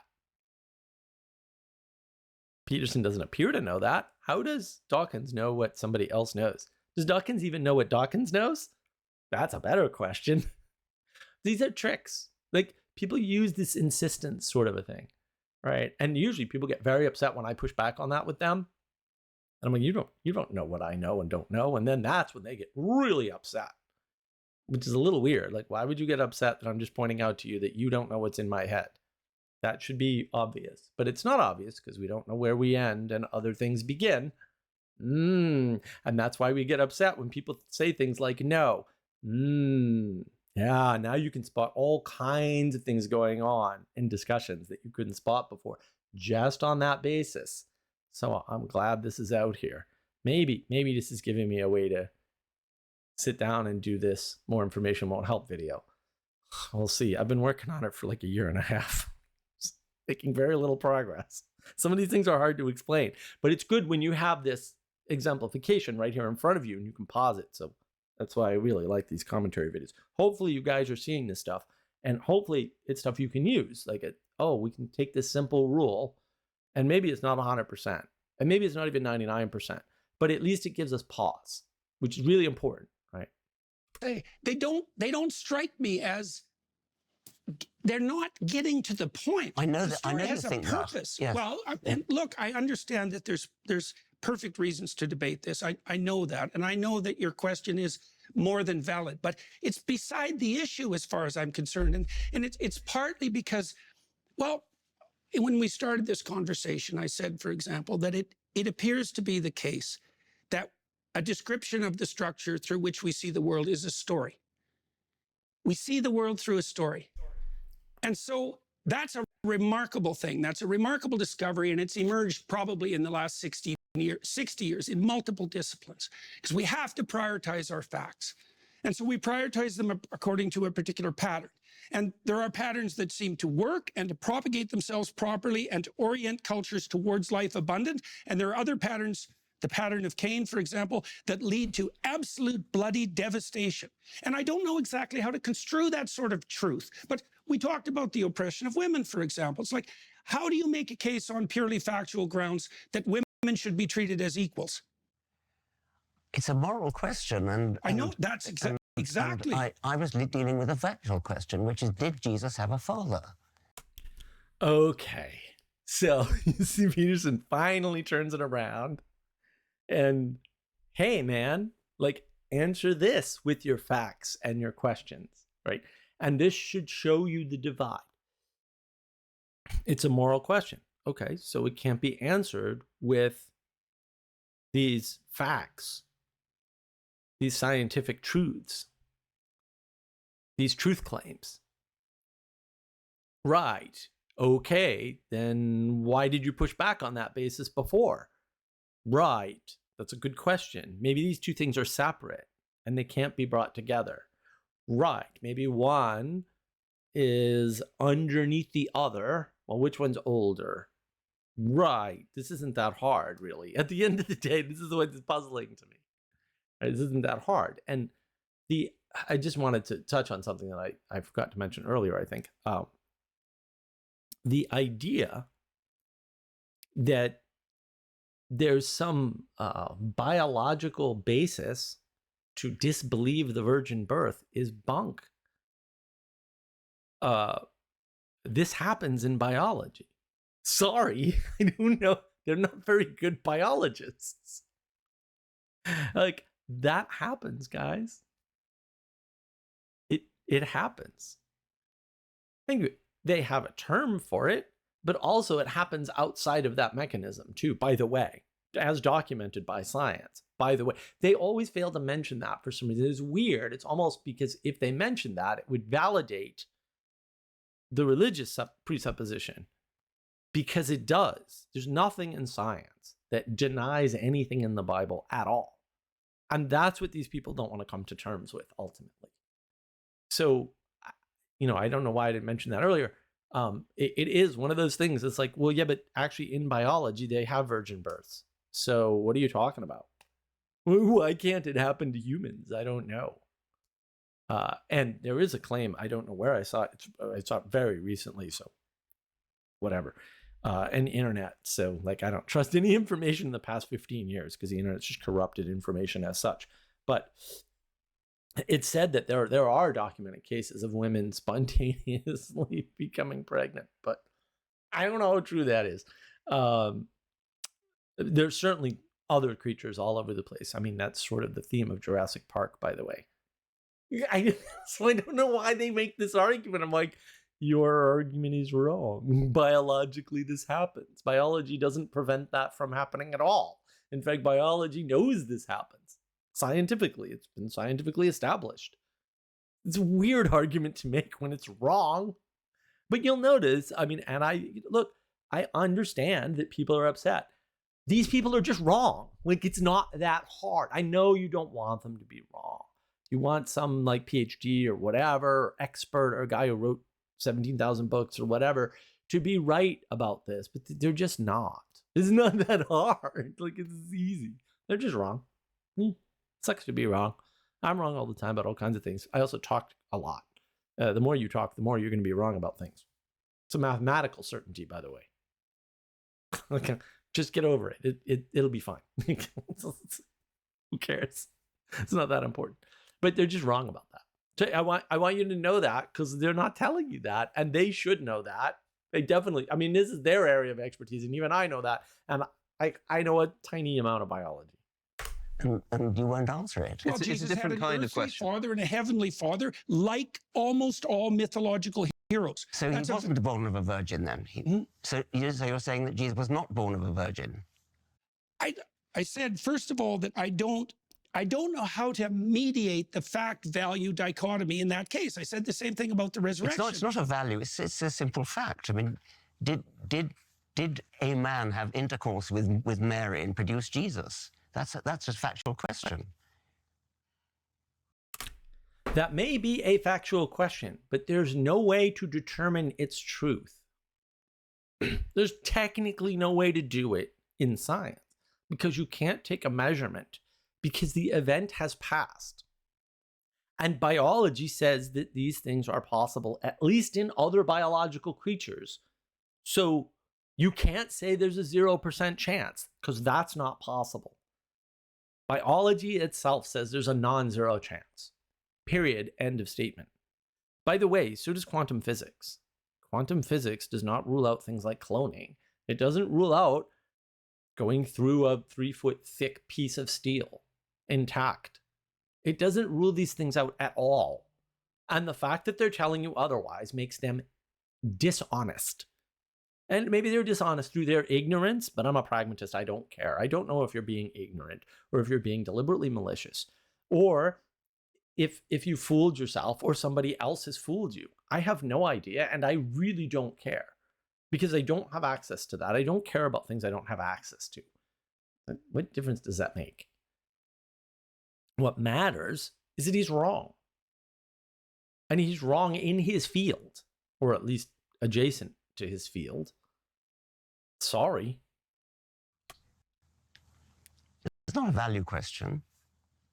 You must understand what you're being asked here, that even if you think that, say, the author of the biblical texts intended much more significance than a simple scientific analysis of events, Professor Dawkins is interested in scientific truth. That's the kind of truth that he's interested in. And even if you think it's irrelevant to the point of what the gospel authors were getting at, that first needs to be clarified before you can then begin actually uncovering what the stories are about. So I think Professor Dawkins is asking from a scientific perspective, and maybe you think that that scientific approach is wrong, but if you just take it for a moment, maybe this is how we find out that it is wrong. Let's take a scientific approach, ask the question, did this occur? Okay, 2 seconds to destroy this whole thing. What would constitute scientific proof? Pastor Paul Vanderklay has a great video, it's probably 3.5 years old now, where he basically says, like, what evidence would you take for the resurrection of Jesus if Jesus resurrected today? What evidence would you accept? And this is the question here. Like, what's your standard of evidence for determining this? Because I just outlined to you, and I insist on this, there is no way to do this. You cannot understand the scientific truth of a past event that far in the past under these circumstances. It's not possible. Science doesn't have tools for this. What measurement would you make? What hypothesis could possibly exist that was provable or disprovable? Just name one. And that's the right move. All other moves are going to lead to further confusion, because the right move is to say, you're claiming there's such a thing as scientific truth. What is that? I need a definition. And how do you determine that? And then I will apply the tools. And look, I'll do it. Like, I'll do the trick. I can do that trick all day long. This is not hard for me. I've been doing this for decades at this point. It's not a hard trick. You give me your game, you lay it out, and I'll beat you at it every time. because there's a very simple way to do it. Like there's holes in all these systems. They're all the same holes, by the way. It's patterns, right? And once you know the patterns, like this is an easy game to beat every time. And you could beat this game every time. Can't beat the religious game at all, by the way. That might tell you something about the patterns and the usefulness of those two games. But like the scientific game, every time. Done it. Top level PhDs. I'm not going to brag. Names you would know. Absolutely talked to them and just slaughtered them at this game because it's very easy to do. And I understand if other people don't know how to do it, whatever. It's not important. What's important is that this can be done. And this is the move that you need to make. When you say scientific truth, what on God's green earth are you even talking about? Because I have no idea what that means. And then all your definitions are going to require, as near as I can tell, are going to require some kind of measurement. I don't know how you measure past events that are that far past of this nature. There are other past events you can measure. You can measure the size of rocks and the size of fossils and things like that. We're not dealing with any of those things. We're dealing with whether or not a particular person was birthed in a particular way, or sorry, not birthed, conceived of in a particular way. So now you have a bunch of open-ended definitions that need to be resolved before you can answer that scientifically at all. At all. My statement is that there is no hypothesis possible to be made that would allow this to be in the scientific realm. You can't have something that you can test and in a disprovable way that would determine the validity of the conception of any human being in the past at all, much less this one. It's not possible. You can't do it scientifically. That's the argument. The argument is, yeah, we're well past the limits of science. Too bad. I think that it's inappropriate to use a question like that to attempt to undermine the validity of the entire, what would you say, deep mythological enterprise. Well, suppose we weren't doing that. Suppose we were asking out of interest. Suppose that we were all here devout Christians, maybe even Jungian Christians, and we thought, this is interesting, over dinner. Do you think it really happened, like scientifically? Would your answer just be, I don't know? Yes. And you wouldn't consider it, I mean, it's not an inappropriate question to ask, just on a point of interest. Right. Did this really occur? And I think so often people are asking you that, and especially given the context of this conversation, we've heard everything that you're saying about metaphor and myth, but because the question is still then being asked, did it really happen? You know that that's what you're being asked. And the way you just so easily said yes, I wonder why you struggle to do that in so many other circumstances. Okay, so you notice the switch of frame again.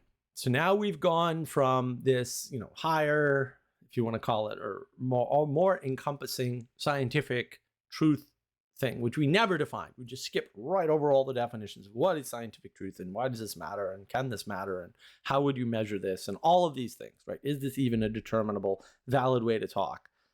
Peterson sort of circumvented some of that. I would say good, not great. I would really put their feet to the fire on, like, can you do that for me? Can you prove I wasn't a virgin birth? Because if you can't do it for me, I don't know how you're going to do it for Jesus. Like, that's one tactic, right? The other one is you can make a claim, and if science can't disprove it, that makes it an unscientific claim. And if you can make an unscientific claim, then science can't validate or invalidate all claims, which actually most scientists should know, whether or not that's how I was taught. I don't know what happened to the so-called education system at some point. Then why are we even having a discussion about scientific truth at that point?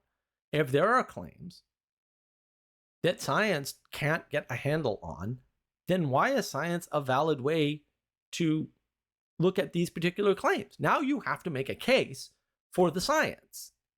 And you can't. So what? Like, why are we doing this, right?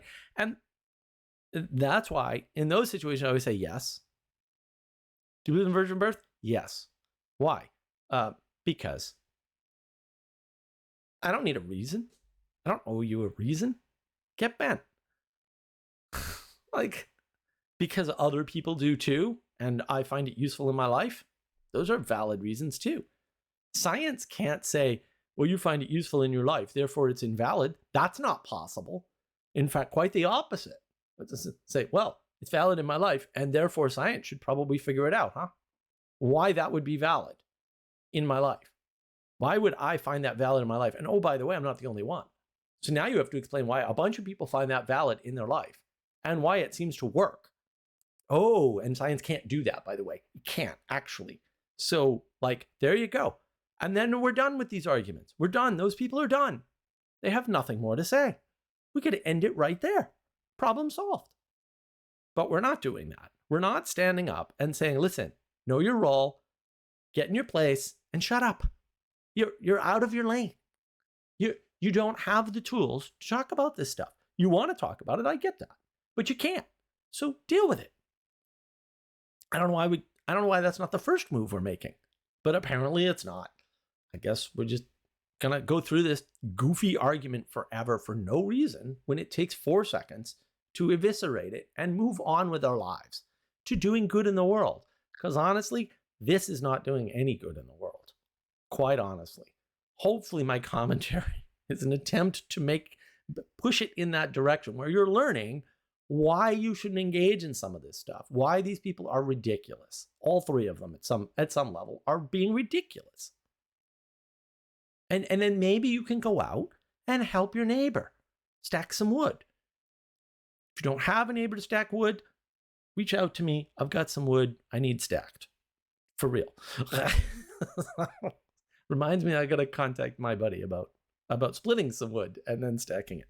And I also have to get my own ass outside and do that, although it's been raining for a few days here. So, but seriously, like, have a meal with somebody, go help somebody out. Don't be stuck on YouTube watching silly conversations with silly people being silly. Because at this point, that's what's happening here. This is a complete waste of time for these people. They could be doing good in the world instead. I mean, even Dawkins, I suppose, in theory, could be doing some real, yeoman's work. And again, if you can't, like, I got some sticks you could move around the yard, and that would be better than this nonsense. I think because I don't look at the situation the same. The way that Dr. Dawkins and I look at the situation are really quite different, and at many, many, many levels. So even on the meme question, for example, like, I know the literature on the history of religious ideas. I see how these ideas have battled across millennia in a manner that is very reminiscent to me of the same sort of claim that Dr. Dawkins is putting forward with regards to meme. I know that literature. Dr. Dawkins doesn't know that literature. And it's very difficult for me to communicate from within the confines of that literature because it's extensive and deep. And we're dealing with things that we don't understand the relationship between metaphoric truth and value predicated truth and factual truth. We don't understand that. It's a big problem. There's no evidence whatsoever from the scientific perspective that we can orient ourselves in the world merely in consequence of the facts. Sure. And that's a fact. And it's a fact that's been detailed out in great detail in the last 60 years by people from a variety of different disciplines. We have to prioritize the facts. That's a value hierarchy. There may be true and false ways of prioritizing facts, but you can't determine the truth or falsehood of the way that you prioritize facts by making reference to the facts. That's a big problem. Okay. Wow, 3 types of truth. Boy, I have to give that a lot of thought because I don't think I've heard Peterson say that before. I don't think I've heard anybody say that before. Brett Weinstein famously does the metaphorical versus literal truth, and I have a video about that. That might be a surprising video, right? Where I just basically show there's no such thing as literal truth. Oops. And I do the proof in the video. It's rather good, I think all my videos are good. I put a lot of time into them. I hope, and other people do too, by the way. I have a great team. My team has expanded, by the way. So, man, that makes this much more possible. I could not do this and get this out so quickly without my team, especially with my new team member who's helping us out for free, which is just wonderful. So thank you very much for that, all of you.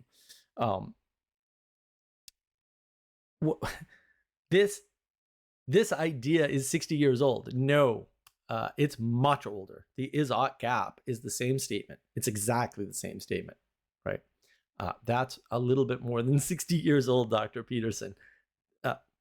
The thing is, prior to that, I think the argument that somebody like Jonathan Peugeot would make is that the medievals knew this already, and that's why they didn't discuss it, because it was taken as an axiomatic fact or a certainty or a starting point, if you will, right? And so they wouldn't have these discussions because they were like, duh, of course. And we've lost that. Now, how do you lose that? Oh, you're skeptical and cynical. By the way, you know who has a video about skeptical cynicism? Me. You might want to check that out.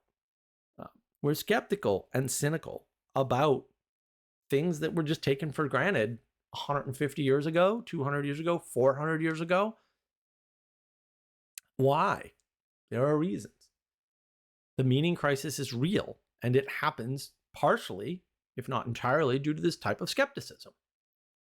And John Vervaeke kind of outlines that in Awakening from the Meaning Crisis, which should be called Awakening to the Meaning Crisis, but alas, I digress. There are reasons why this is happening. And there are reasons why even Dr. Peterson, as smart as he is, doesn't realize that question's way more than 60 years old and was resolved. The is-ought gap is resolved. There is one, and you ain't getting around it. That's the resolution to that. And so we know this. And so that, to some extent, splits the world in two. The world of the ethereal, ought, forms, Platonic forms, right? And the world of is, material, physicality, stuff, right? And we seem to exist in both of those realms to some undetermined or maybe undeterminable extent. And the existing in both those realms to some undetermined or undeterminable extent is really the argument that Immanuel Kant makes. For real, right? Which is, well, philosophy shouldn't be the handmaiden of religion. Well, yeah, actually it should. And ancient Greek philosophy was all about the material, and it wasn't about anything else ever at any point. I don't know what you guys are reading to determine otherwise, but Plato's pretty freaking clear about this. Like, read the Republic. Every time logic, reason, and rationality fail in the Republic, Plato makes an appeal to the gods. Every time. It can't be a coincidence every time, right? And then how does he end the book? He ends the book with the story of a resurrection, oddly enough, which nobody mentions. That might actually be indicative of the limits of philosophy as such. And Plato seems to have known this and exemplified it in the Republic. Weird. This is why I never read the Republic until, 2 years ago, a year and a half ago? Because I knew that I would get very, very, very upset. And I will probably remain very, very, very upset about this forever, because my goodness, how could you miss that and not point that out? Appealing to Plato all the time. Plato kind of indicates everything about Christianity is correct. That's the lesson you get from the Republic. Sorry. Explicitly, there's a story of a resurrection at the end of the book, and it's a story. I don't even know what else to say. It's almost like the Bible has the perfection of that story or something. Why are we stuck? This is no reason to be stuck. It's a clear line of progression. The pattern's 100% clear. Why are we stuck? Anyway. Yeah, so this is why I'm frustrated with these conversations. Go outside, have a meal with your neighbors. Come over and help me move sticks and split wood. Let's talk about that as perhaps a slight detour here, because I think we do need to come back to this Christ resurrection thing. But Professor Dawkins, would you say that underlying the scientific enterprise is a fundamentally unscientific assumption? You can make scientific investigations in the world, but in order to do so, you need to choose what to prioritize. You need to choose what to investigate. You also need to value the truth. You need to have a value and a motivation for doing it in the first place. Those kinds of things cannot themselves be scientifically justified. And so does the scientific enterprise have an unscientific assumption of the space? Okay. Bravo, Alex. Thank you. Well done, sir. Well done. Yes. Also, again, this has been resolved 100 billion times, but yes, necessarily. This is the Kantian critique, by the way, which I just find amusing. It's right here. It's clear as day. I suppose it does. I mean, I think that maybe just be Jordan and Richard, by the way. I think that Jordan prioritizes myth and I prioritize fact.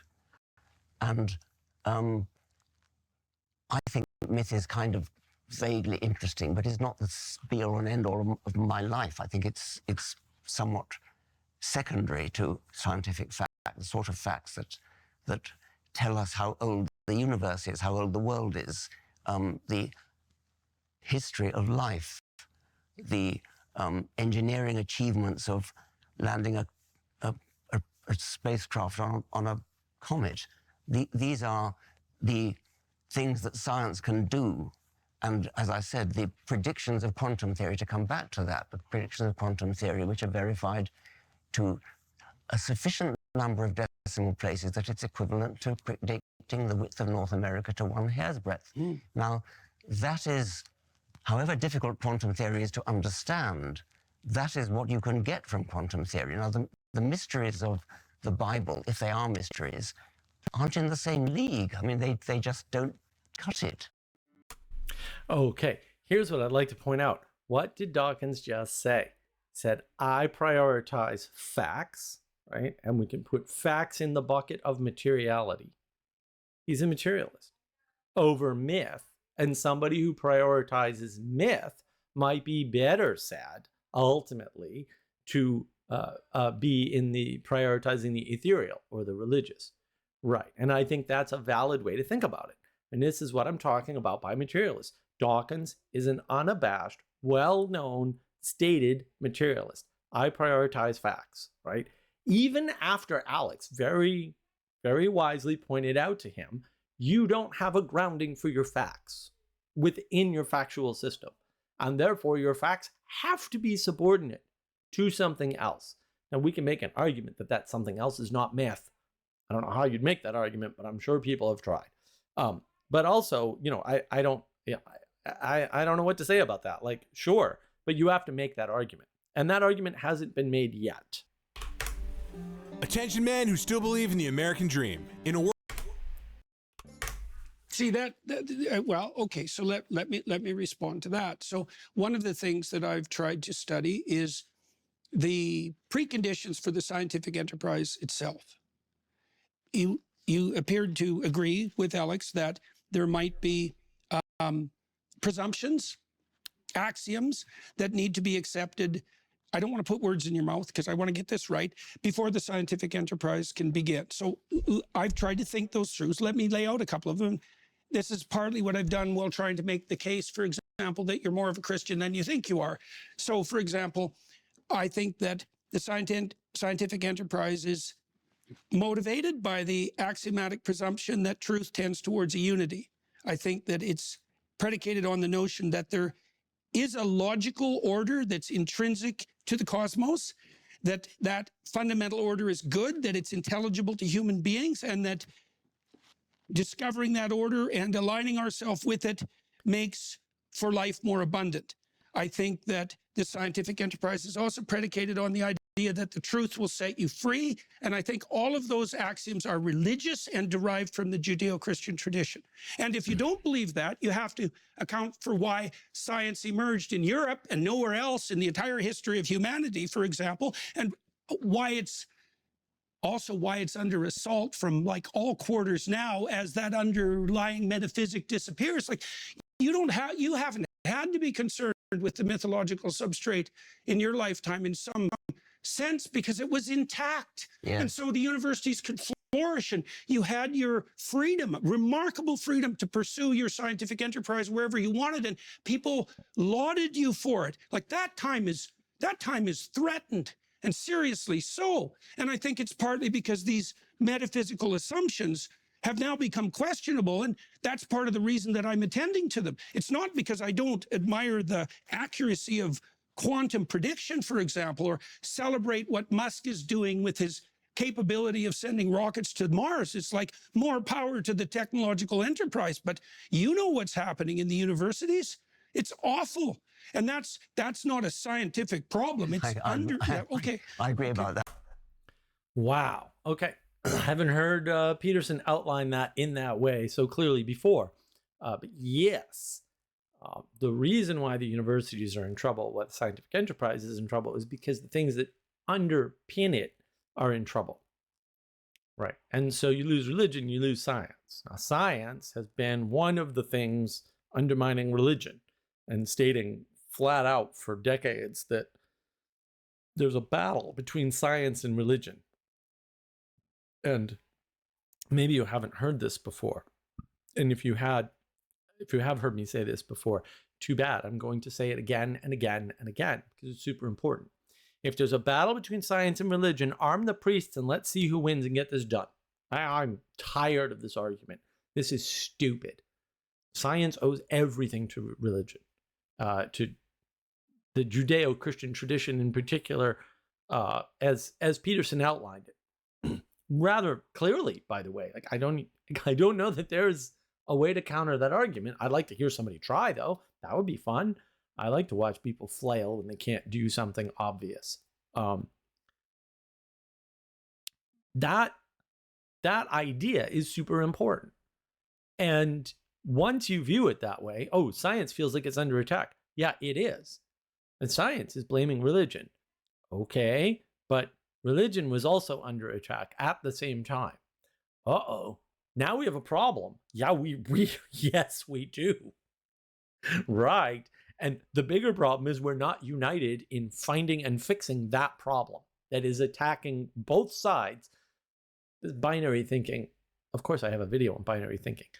This binary thinking is killing us. This opponent processing, this oppositional garbage, which is a result of binary thinking, is killing us. Because now we can't look and say, hey, what's actually going on? It can't just be there's two things and they're having a fight. Like, that's ridiculous. That's insane. And we get there through scientific thinking, unfortunately, right? We get there through this propositional tyranny. We get there by not recognizing the fullness and enchanted nature of the world that we inhabit. That's how we get stuck in this. We're denying the vertical causality. We're not talking about the things below and the things above that are maybe causing the two sides that are in the middle, by the way. That's why it's middle out thinking. You're trying to understand it from here when it's actually happening here and here. Ah, right.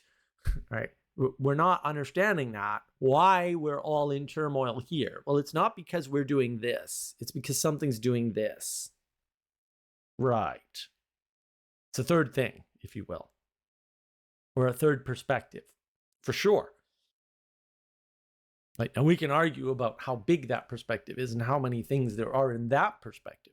And maybe we're not talking about the two things down here and a third thing outside, but maybe we're talking about two things outside and us in the middle. That might be a better way to think about it. Oh, and then if we're in the middle and we're trying to look at it, that's middle out thinking. I mean, we don't have to fall into that, but when we do it purely from, we'll say, our perspective, as if that is the only valid perspective, which I've pointed out before happened in this conversation a few times, then maybe we can't understand the world and we'll always end up at opposition, and opposition always ends in war. That's possible too. By the way, I'm just outlining the patterns that historically are evident by just a cursory study, poor study, as I have, of history. It doesn't take much detail. You can just see this pattern play out. When people act like they have no choice but to oppose, you get war. There might be other options like negotiation, because all wars end with negotiation. No war in history has ever ended without negotiation. You don't end war with more war. That can't be true. Right? And war is the opposition of two sides at some level. Could be more than that, right? But at some level, it's just opposition. You get rid of that opposition through negotiation to a third thing. Right. That's super important. And that, I think, is where the confusion is. Science wants to blame religion while attacking religion, which is its foundation, and then it's to blame, not religion. unless neither of them are to blame and there's something else going on, which is still my thesis. Okay. I think it's an interesting question why science emerged in Europe. I mean, and I'm not enough of a historian to know. It is even possible that Christianity did have something to do with that, and I wouldn't categorically deny that. But that doesn't in any way increase my trust in the validity of Christian propositions like the resurrection, the virgin birth, the miracles, and Jesus is the Son of God. Christianity may have had some kind of historical facilitating effect that led to the Renaissance, that led to the scientific revolution, and that would be a very interesting historical analysis, but it doesn't bear upon the truth of the propositions of the Christian religion. Okay. Wow. Now, this is a number of moves that I could not have seen coming, that I would never have imagined anyone would make, much less Dr. Dawkins here. Like, what a ridiculous set of statements. Maybe, I don't know. It's irrational, illogical, and unreasonable to state that the thing that possibly bore my scientific enterprise that I value above the thing that came before it is somehow not important. By definition, it would be. So, no. Like, of course that's important. And it has to be more important than your enterprise.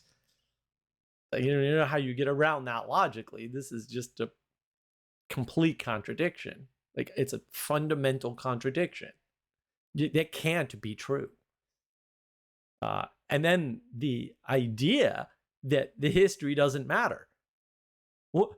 Earlier we were just arguing that the history of the virgin birth matters, and now we're like throwing history out. History doesn't matter. It doesn't matter at all. There's no bearing on science whatsoever.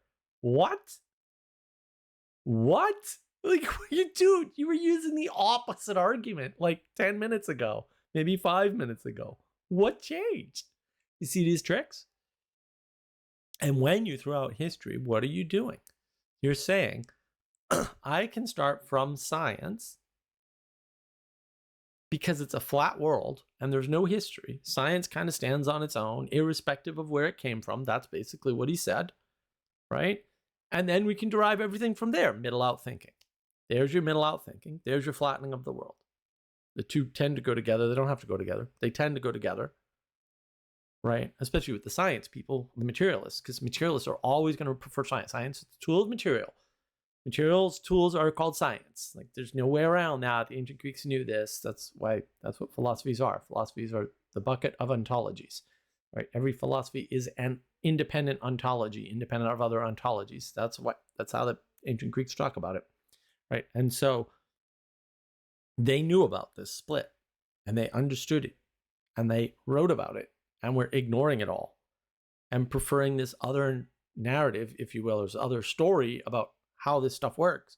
It's completely wrong and has no basis anywhere in the text at all, and anywhere in history. It's a small wonder we're tearing down statues. And then if Peterson's correct, Dawkins is the problem, right? Oh, we don't need to worry about the history of where science came from. Science stands on its own. Yeah, but science doesn't stand on its own. You just agreed that that's possible. And now you're saying it does stand on its own. And you still don't have an explanation for the problem in the universities, which you've completely ignored, by the way. I don't know why that isn't the most relevant point that Peterson just made, but you've just skipped past it like it didn't exist. Another trick. I'm just going to ignore the things I can't explain with science or with the thing that I've outlined logically, reasonably, and rationally. Yeah, why don't you just ignore that? Because it would prove you wrong.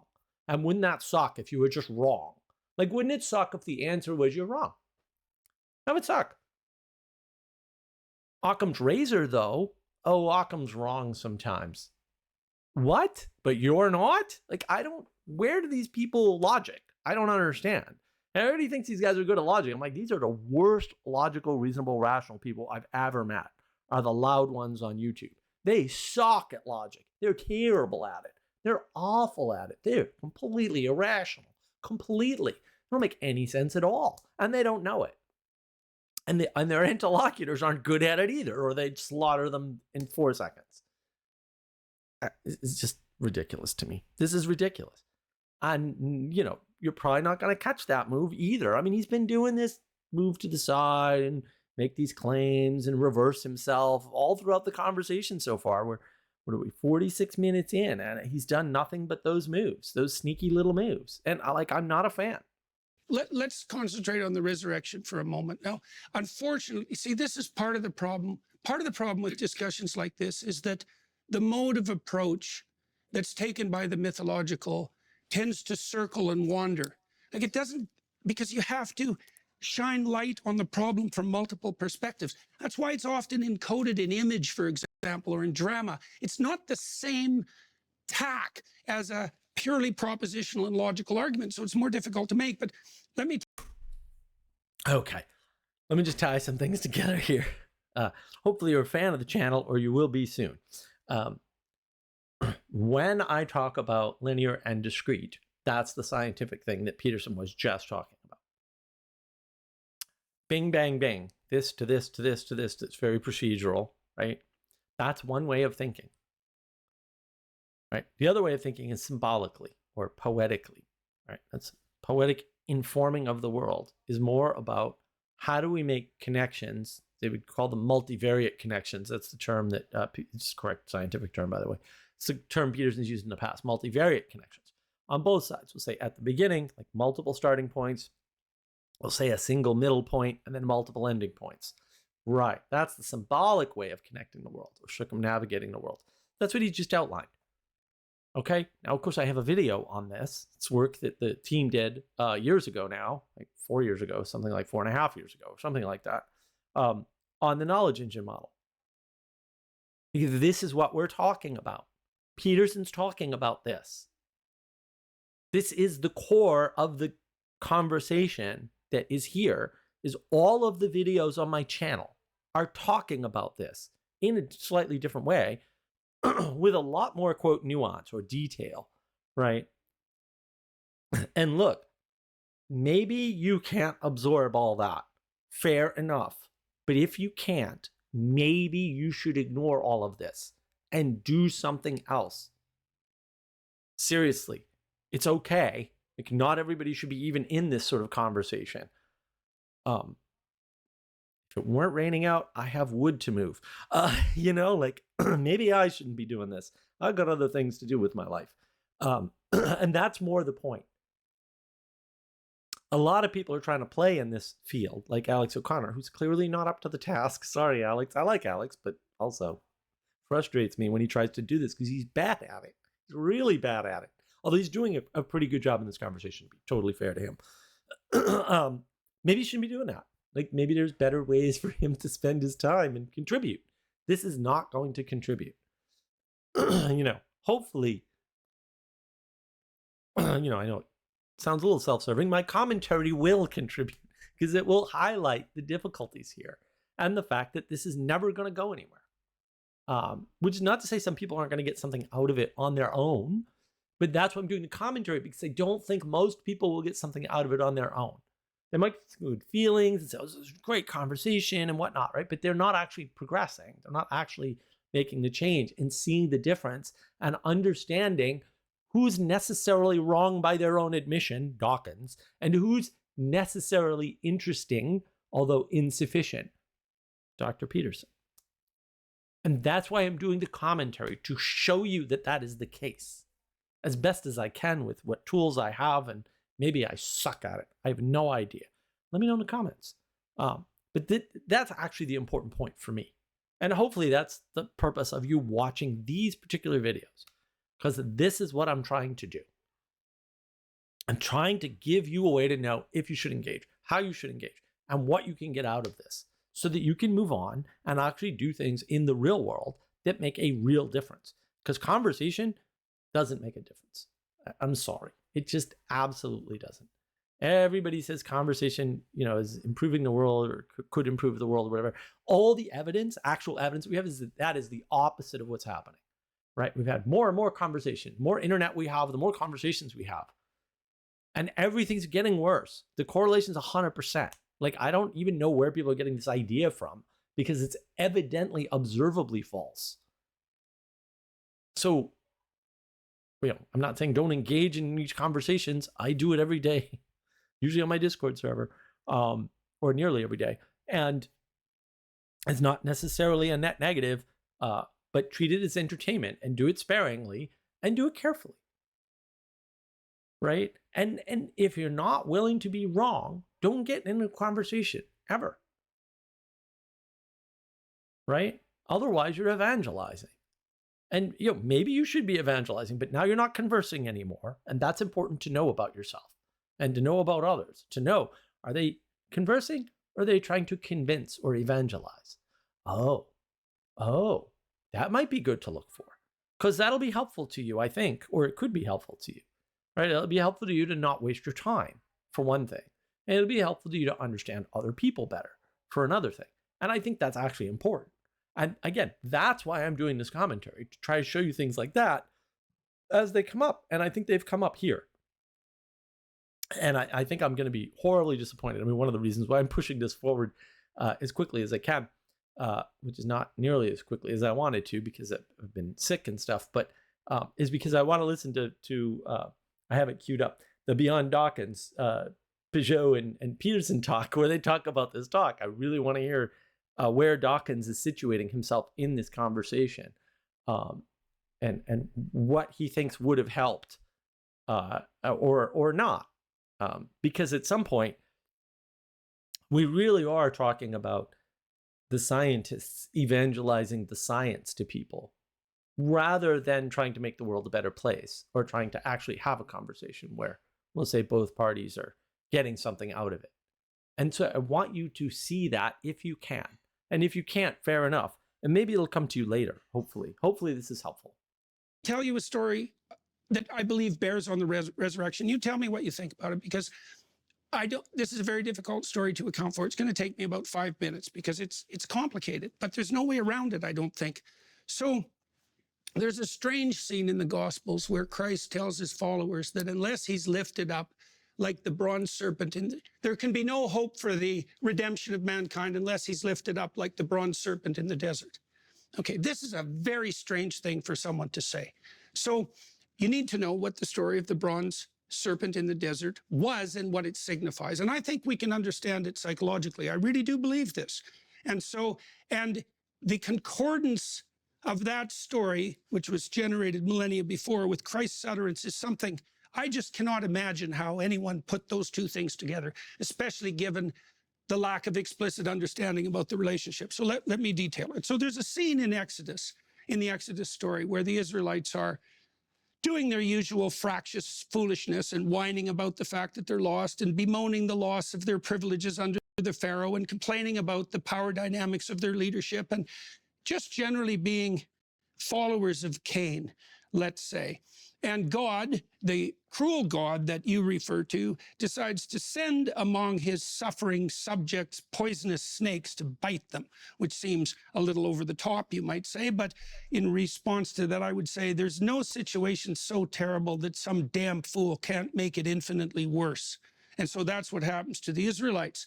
So they're being bitten by these poisonous snakes, and the leaders of the people who've wandered from God go to Moses and they say, look, we know you've got a pipeline to God, and there's a lot of snakes and they're doing a lot of biting, and maybe you could just ask him to, call off the serpents. And so Moses, who's not very happy with the Israelites either, decides that he'll go talk to God. And God says something very strange. He doesn't say, to hell with the Israelites, more snakes is what they need. And he doesn't say, well, I produced a snake, so I'll get rid of them. He says something very, very peculiar. He says, have the Israelites gather together all their bronze and make a giant stake and put a serpent on it, a bronze serpent, which is the symbol of healing, by the way, that even the Greeks use, that symbol of Asclepius. It's a very old symbol, very widespread. It's still used by physicians today. And then he says, put it up where the Israelites can see it, and if they go look at it, then the serpent's poison won't harm them. And I read that and I thought, that's exactly what psychotherapists discovered as they all converged in the 20th century on the utility of exposure therapy as curative.